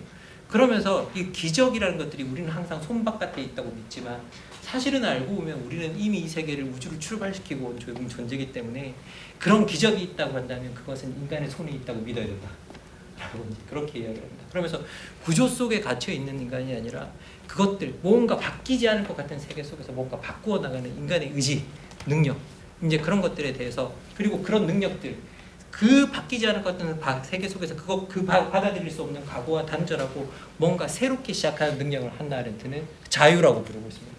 그래서 그 새롭게 시작하는 능력을, 그 자유는 한나 아렌트가 표현에 따르면 결코 개인이 독자적으로 가질 수 없는 것이다. 공적 영역에서 동료들과 같이 갖는 것이다. 동료들과 함께 시작하고 함께 무언가를 완수하라. 그러면 이 세계를 바꾸어낼 수 있을 것이다라는 이야기를 저는 하고 있다고 생각을 해요. 그래서 그런 점에서 한나 아렌트가 우리한테 전하는 메시지가 상당히 강력한 부분이 있다라는 생각이 좀 듭니다. 이게 저는 뭐 많은 부분들이 수많은 문제를 제기할 수 있을 것 같아요. 여기에 대해서. 그런데 저 같은 경우에는 우리 인간 존재란 뭘까에서 끊임없이 생각할 때, 사실 이게 실존주의 철학이나 니체나 이런 걸 읽다 보면 이제 가장 난감한 부분은 뭐냐면, 영원핵이나 이런 개념들을 읽다 보면 똑같은 상황 속으로 반복적으로 되돌아오거든요. 그리고 이제 어떻게 보면 거기 속에서 우리가 늘 이야기하고 있는 게 뭐냐라고 하면, 어떤 지식인이 있다. 그럼 지식인이 뭔가 실천하고 있는데 그 지식인의 실존주의적 지식인의 태도는 내가 아무리 뭘 해도 세계는 바뀌지 않을 거예요. 하지만 내가 이 일을 안 하면 뭘 하겠어. 그런데 이 일을 안 하면 뭘 하겠어의 그 내용은 뭐냐? 내가 이 일을 안 하면 이 세계의 부조리의 일부가 되기 때문이고. 그래서 사실 여기에 실존주의자가 갖는 어떤 허무주의 같은 건 뭐냐면, 알고 보면 실존주의만큼 지금 현실을 열심히 살라고 말하는 그 철학도 없거든요. 그런데 이렇게 현실을 열심히 살라고 말하면서도, 그런데 네가 열심히 그 현실을 산다고 해서 세계가 바뀌진 않을 거야 라는 거거든요. 사실 어떻게 보면 실존주의가 가지고 있는 어떤 뭐라고 해야 될까, 허무주의 같은 경우에는 저는 그런 데서 온다라는 생각이 들 때가 많습니다. 그런데 한나 아렌트 같은 경우는 그렇지 않아요. 한나 아렌트가 계속 그 니체적인 어떤 의지나 이런 것들을 비판하는 그런 대목들을 보면, 사실은 니체가 뭐 강자의 철학, 뭐 온갖 그런 것들을 이야기하고 있고, 권력을 갈망하고 있고, 거기는 힘이죠. 힘을 갈망하고 있지만, 하지만 그것이 늘 위로 표현되는 이유는 뭐냐? 가질 수 없기 때문에. 예. 실현할 수 없기 때문이라고 합니다. 그런데 우리 인간은 실현할 수 있다. 그리고 우리는 그런데 그걸 개인이 하지 말라고 사실 이야기합니다.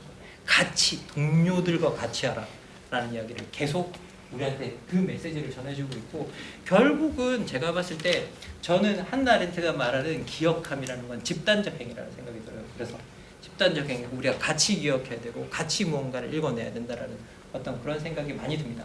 그리고 어떤 하나의 어떤 역사적 사건이 있을 때 그 의미를 읽어낸 건 역사가들의 임무죠.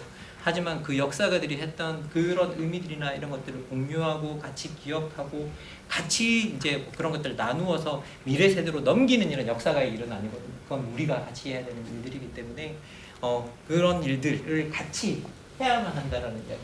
우리가 그런 것들을 하지 못하면 우리가 아무리 유의미한 행위를 했다고 할지라도 새로운 우리가 시대가 지나면 우리의 유의미한 행위는 결국은 또 시간이 지나면 부패할 것이고, 기억하지 못한다면 사실 우리가 어떤 새로운 변화가 왔을 때, 그리고 어떤 새로운 공적인 것을 발견했을 때, 그것이 마치 그 세대들에게는 마치 새로운 것을 발견한 양, 과거에 없었던 것을 발견한 양, 또 그렇게 될 것이라는 이야기를 하고 있는 거죠. 그래서 여러분한테 이제 그 아렌트 행위의 의미, 뭐 사유의 의미 말씀을 드렸는데요. 결국 모든 행위는 사유를 통해서 완성된다. 그리고 그 행위가 새로운 출발점을 가지려고 한다면 우리가 사유로부터 시작해야 되고 반성으로부터 시작해야 되고 그것을 갖다가 같이 기억해서 후대로부터 물려주는 일부터 시작해야 된다. 그리고 그 후대로부터 후대로 물려주는 작업이 정치적으로 이어지는 작업, 나중에 이제 혁명론이나 이런 데 들어가면 제도를 짓는 일, 그리고 공적인 어떤 뭐라고 해야 될까요? 공적 영역을 계속 지속시키는 일, 그런 것들이 우리가 어떻게 할 것인가, 어떻게 그런 것들을 제도적으로 창출해낼 것인가가 이제 우리가 고민해야 될 지점이다라는 이야기를 명백하게 하고 있습니다. 이제 뭐 한나 아렌트 여러분한테 어떻게 갔는지 모르겠습니다. 사실 아렌트 6주 만에 여러분한테 막 이렇게 막 서둘러서 이야기를 드리고 나서 제가 여러분한테 이게 그 말을 했었는데요. 이게 여러분 제대로 그 의미를 전달해 드리고 있는지가 모르겠다라고 이제 말씀을 드렸는데 원래 이제 뭐 10주짜리 강의를 6주에 하다 보니 이제 너무 컴팩트하게 하다 보니 그런 일들이 좀 많이 있었던 것 같습니다. 오늘도 사실 여러분한테 세세하게 전달하고 세세하게 내용들을 좀 이렇게 보충하고 논리적으로 보충해서 말씀드려야 될 부분이 상당히 많거든요. 그럼에도 불구하고 또 시간이 이제 이렇게 또 되었고요. 그리고 어떻게 보면 지난 6주 동안 사실 제가 이야기하는데 급급하고 제가 이 한나 아렌트가 뭐라고 말했다라고 이제 여러분한테 전달하는데 급급해서 질문을 거의 받지를 못했었습니다. 그래서 여러분들이 뭐 아렌트를 공부하시거나 궁금했다거나 아니면 여러분들이 기본적으로 한나 아렌트를 보시면서 뭐 질문하실 게 있었다고 한다면 저한테 질문해 주시면 제가 지금부터 여러분에게 답해 드리도록 하겠습니다. 예.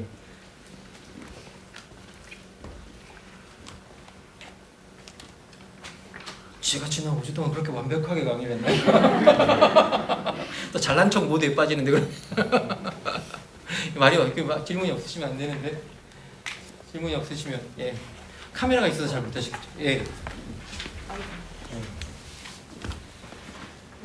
강의를 잘 들었는데요. 사실은 이제 강의를 듣고 나서 여러 가지 좀 한나 아렌트랑 관련된 여러 책이나 저작을 좀 읽고 싶은데 선생님이 정말 말씀하셨듯이 좀 번역본을 읽어보니까 굉장히 접근하기가 어렵고 또 이게 뭐랄까 기본적인 철학적인 베이스가 없으면 이해하기가 어려운 생각들이 굉장히 많아요. 그래서 일단은 제가 좀 한나 아렌트 생각을 접근하기 위해서 어떤 과정으로 책을 읽어야 될까 이런 걱정이 많이 들고요. 혹시 이제 선생님이 생각하기에 한나 아렌트의 어떤 이론을 조금 우리 말로 그러니까 번역본이 아니더라도 이렇게 해놓은 것이 있는지 또 궁금하고요. 만약에 없다면 이제 한나 아렌트의 번역본을 어떤 순서를 읽었을 때 우리가 그 사람의 사유를 좀 따라가기가 좀 편리할 것인지를 안내를 해주시면 앞으로 이렇게 더 깊은 공부를 하기 위해서 좀 도움이 될 것 같습니다.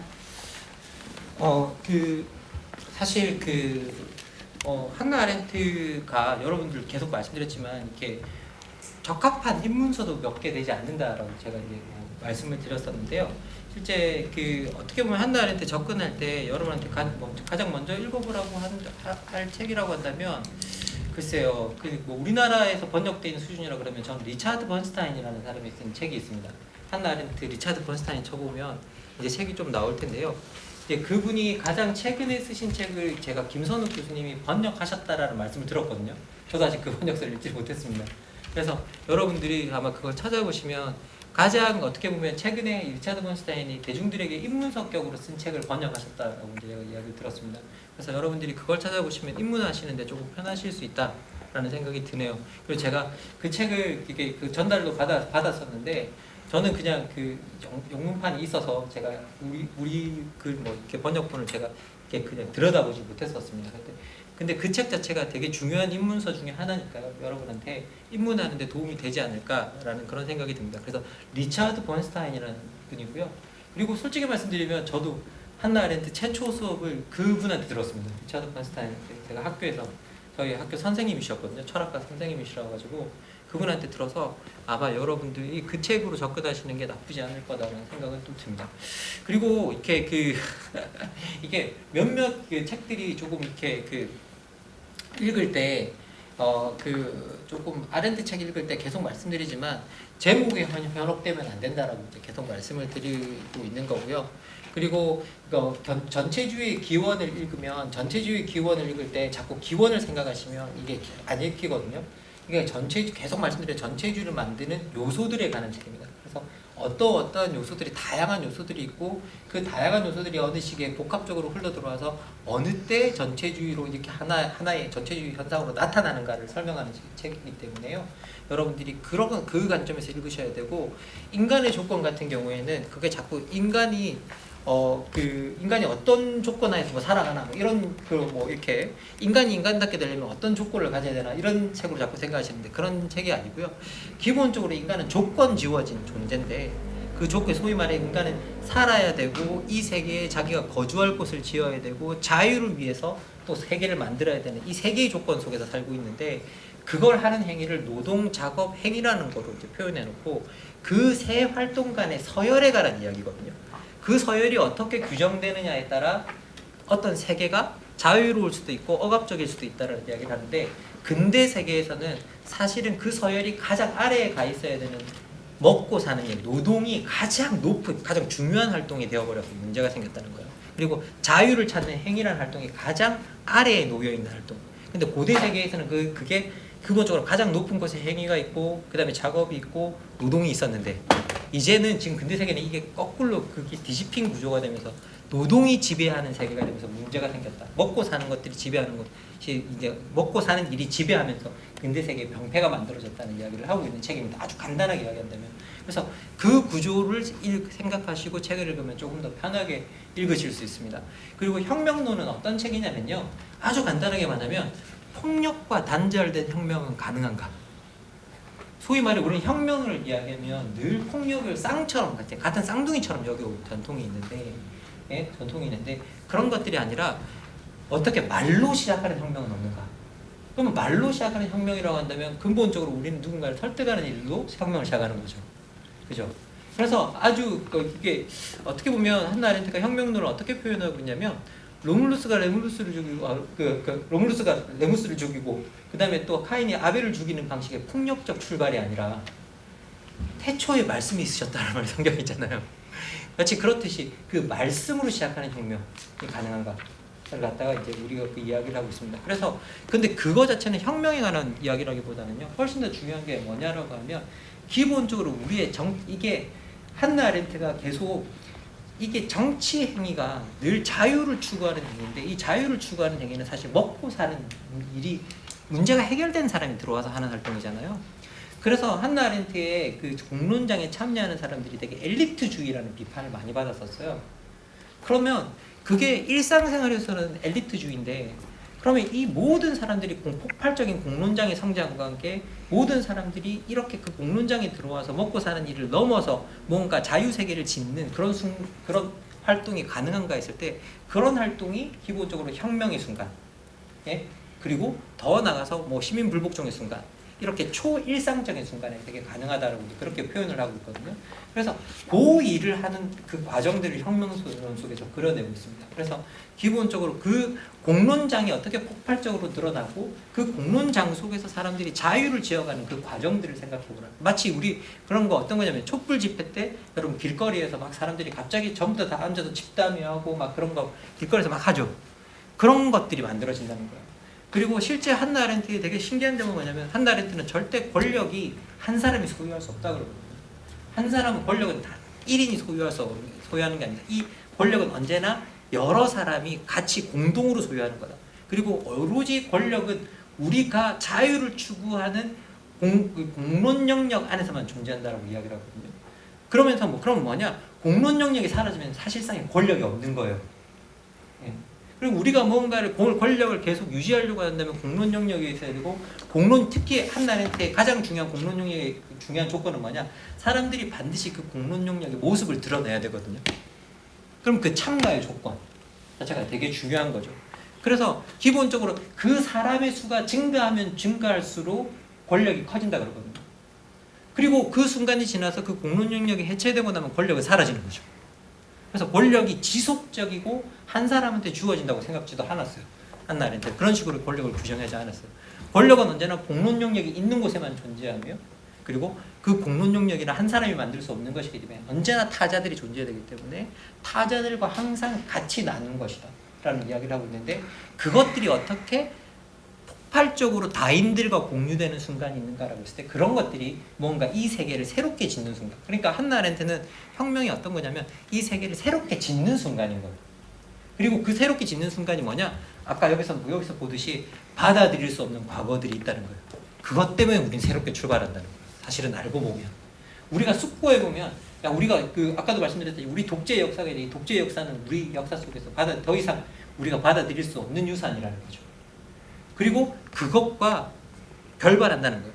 그리고 우리가 그것과 결별하는 그 순간을 이제 결별하겠다고 우리가 서로 약속을 한다는 거예요.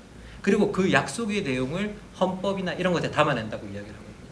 그래서 실제로 그런 활동을 우리가 하고 있다라고 이야기를 하고 있고 실제 정확하게 어떻게 보면 남아프리카 공화국 같은 데서 여러분 생각해 보시면 남아프리카 공화국이 하해되는 과정에서 제일 유명해졌던 게 진실과 화해 협의회거든요.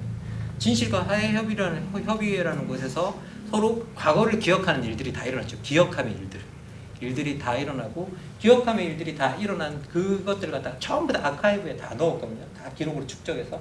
예? 그리고 공공의 장에서 사람들에게 잘못한 사람, 가해자들이 피해자들에게 용서를 구하는 작업도 병행이 됐었고요. 그러면서 어떻게 보면 과거와 단절하는 순간이 일어나고 그 단절하는 내용을 담아서 남아프리카 공화국의 헌법을 만들었단 말이죠. 그래서 지금 남아프리카 공화국에서는 이게 헌법재판소에서 자기 헌법을 뭐라고 표현하냐면 unbreakable promise라고 표현하거든요. 깨어질 수 없는 약속이라고 표현해요. 우리가 깨어질 수 없는 약속을 했다는 거예요. 이게 우리가 인종차별이라는 역사와 작별하기로 하고 이제 우리가 서로 평등한 사람들이 국가로 가기로 약속을 했다라고 해서 자기들이 헌법을 그런 방식으로 해석하고 있거든요. 물론 지금 현재 그래서 그 문제가 다 해결된 건 아닙니다. 지금 여러분 다 아시다시피 아프리카 공화국 그런데 과거에 비하면 엄청나게 개선이 된 거죠. 실제로 그렇게 우리가 뭔가 새롭게 시작할 수 있다라는 이야기. 그런데 반드시 그런 것들이 과거를 곱씹는 작업, 과거를 기억하는 작업, 사유하는 작업이 없으면 우리는 똑같은 실수를 반복하게 되죠.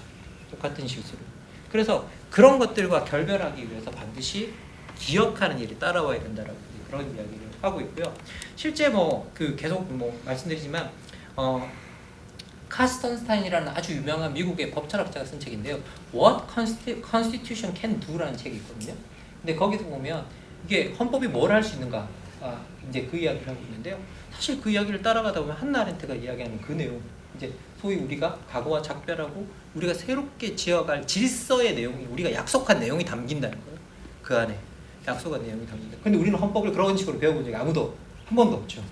한 번도 배운 적 없죠. 그리고 그 헌법을 우리가 같이 쓰는 거라고 생각도 안 하죠. 그래서 사실은 알고 보면 한나 아렌트나 이런 저작으로 들어가면 우리는 뭐가 되느냐면요. 헌법의 공동 저자들이에요. 여기 있는 모든 분들이 헌법의 코-오서가 되는 거예요. 공동 저자들.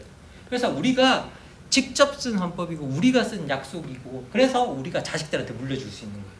다음 세대들한테 물려줄 수 있고 그리고 다음 세대들도 자기들이 주인이 되기 위해서 그 헌법을 바꿀 수 있는 권리를 가지게 되는 거예요. 예.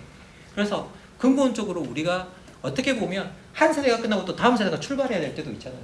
그러면 아버지 세대가 잘못한 것을 반성하고 부모님, 어머니 세대가 잘못한 것을 반성하고 그래서 부모님 세대가 잘못한 것을 반성하고 딸의 세대가, 아들의 세대가, 자식의 세대가 그렇게 출발할 수 있는 새롭게 출발할 수 있는 그 모든 것들은 사실은 알고 보면 기억함 우리가 한 행위에 대해서 기억함 그로부터 가능해진다는 이야기를 하고 있고 예, 그런 이야기들이 실제로 어떻게 구축되는가를 혁명론에 쓰고 있는 거죠. 혁명론에서 쓰고 있습니다. 그래서 작품들을 읽어보면 그 순서가 쭉 보이거든요. 실제로 순서가 쭉 보여서 아마 여러분들이 나중에 한나 아렌트를 공부해보시면 더 흥미롭게 공부하실 수 있을 것 같은데요. 언제가 될지 모르겠지만 저도 입문서를 꼭 쓰긴 쓸 겁니다. 저도 입문서를 쓰긴 쓸 텐데요. 원래 제가 또 입문서 전문이라서요. 다른 분보다 조금 더 쉽게 쓸 수 있지 않을까 하는 혼자만의 착각? 그런 걸 좀 해봅니다. 어쨌든 한나 아렌트를 조금 더 쉽게 입문할 수 있게 기본적으로 여러분들이 그 전체주의 교원을 읽을 때 봐야 되는 항목들 그리고 인간의 조건에서 봐야 되는 항목들, 혁명론에서 봐야 되는 항목들 그런 것들을 다 정리해서 언젠가는 저도 반드시 이제 책을 쓸 거고요. 솔직히 말씀드리면 계약도 되어 있습니다. 그래서 써야 됩니다. 예, 써야 돼서 예, 쓸 겁니다. 예. 그리고 지금 현재로는 어떻게 보면 이제 뭐 그 나와 있는 아렌트 입문서들이 다 학문서들이에요. 사실 이제 뭐 김비안 선생님이 쓰신 책도 아마 제가 읽는 걸로 알고 있는데 좀 약간 학문적인 성격이 강해서 그거 말고 진짜 대중서로서 쓰는 거는 그 내용이 달라야 되거든요. 대중서로 이제 쓰는 그런 것들은 그렇게 만나면 될 것 같고요. 그리고 가장 지금 대중서에 가까이 있는 책은 아까 말씀드린 리차드 번스타인 책이 가장 이제 가까이 와 있습니다. 그리고 제가 알기로는 또 한 출판사에서 한나 아렌트 최근에 나온 전기 하나를 번역하는 걸로 알고 있거든요.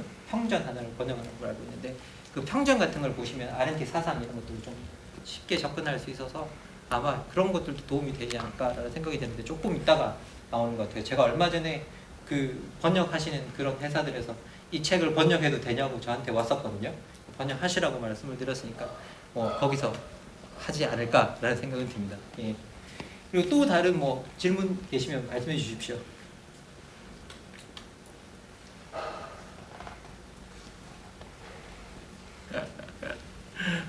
제가 너무 잘했군요. 잘난 척에 빠지게 됩니다. 이러시면. 예, 어쨌든 그 제가 10분 정도 남았는데요. 이제 그 6주를 한번 정리해 봐야 될 것 같습니다. 사실 내용 정리는 다 해드린 것 같아요. 오늘 2시간에 다 해드렸고요. 이제 뭐 남아있는 10분은 이제 제가 지난 6주 동안에 소회 같은 걸 좀 말씀드리고 싶은데요. 어느 코로나 시대에 이렇게 그 대변 강의를 할 수 있는 축복을 저한테 주셔서 감사드립니다. 그리고 이 어려운 상황에서도 거의 매주마다 거의 많은 분들이 이렇게 이제 와서 이야기를 들어주셨는데요. 이야기 저는 사실은 저 스스로가 그냥 이야기꾼이라고 생각하거든요. 근데 모든 이야기꾼의 존재는 이야기를 듣는 사람이 있어서 존재하게 됩니다. 이야기를 들어주시는 분들이 계셔서 존재하게 됩니다. 근데 지난 오늘 포함해서 6주 동안 너무 열심히 찾아와 주셔서 그리고 이야기를 너무 열심히 잘 들어주시고 항상 귀를 기울여 주셔서 너무 감사드리고요. 그리고 그 이야기를 들어주시는 여러분들 보면서 어떤 생각을 했냐면 과연 내가 그만한 가치 있는 이야기를 하고 있는가, 여러분들이 이런 시간을 쓸 만한 어떤 그런 이야기들을 하고 있는가에 대해서 고민이 좀 더 많았던 것 같습니다. 혹시라도 다음번에 뵙게 될 때는 좀 더 나은 이야기로 여러분들 찾아뵙고요. 좀 더 많이 공부해서 제대로 아는 것들로 또 더 많이 아는 것들로 찾아와서 여러분에게 좀 더 쉽고 좀 더 편안한 강의가 될 수 있도록 노력하겠습니다. 언제나 이제 저를 존재하게 해주시는 분들입니다. 존재하게 해주시는 분들이고요. 시민 강의로 시민 강의자가 되겠다고 이제 시민 교육을 하겠다고 거리로 나왔을 때 사실 느꼈던 막막함이 있었는데 그 막막함을 항상 어디를 가나 시민들이 메꿔주셨거든요. 그런데 전주에서 특히 더 뭐라고 해야 될까요? 많은 분들이 이렇게 메꿔주시고 제 이야기 들어주시고 그렇게 해주셔서 전주에 올 때마다 항상 제가 계속 말씀드리지만 따뜻함을 느끼고 전주는 정말 인문학의 도시다 라고 제가 늘 느낍니다. 사실 인문학자로 살아가는 게 쉽지만은 좀 않은 측면이 조금 있긴 있거든요.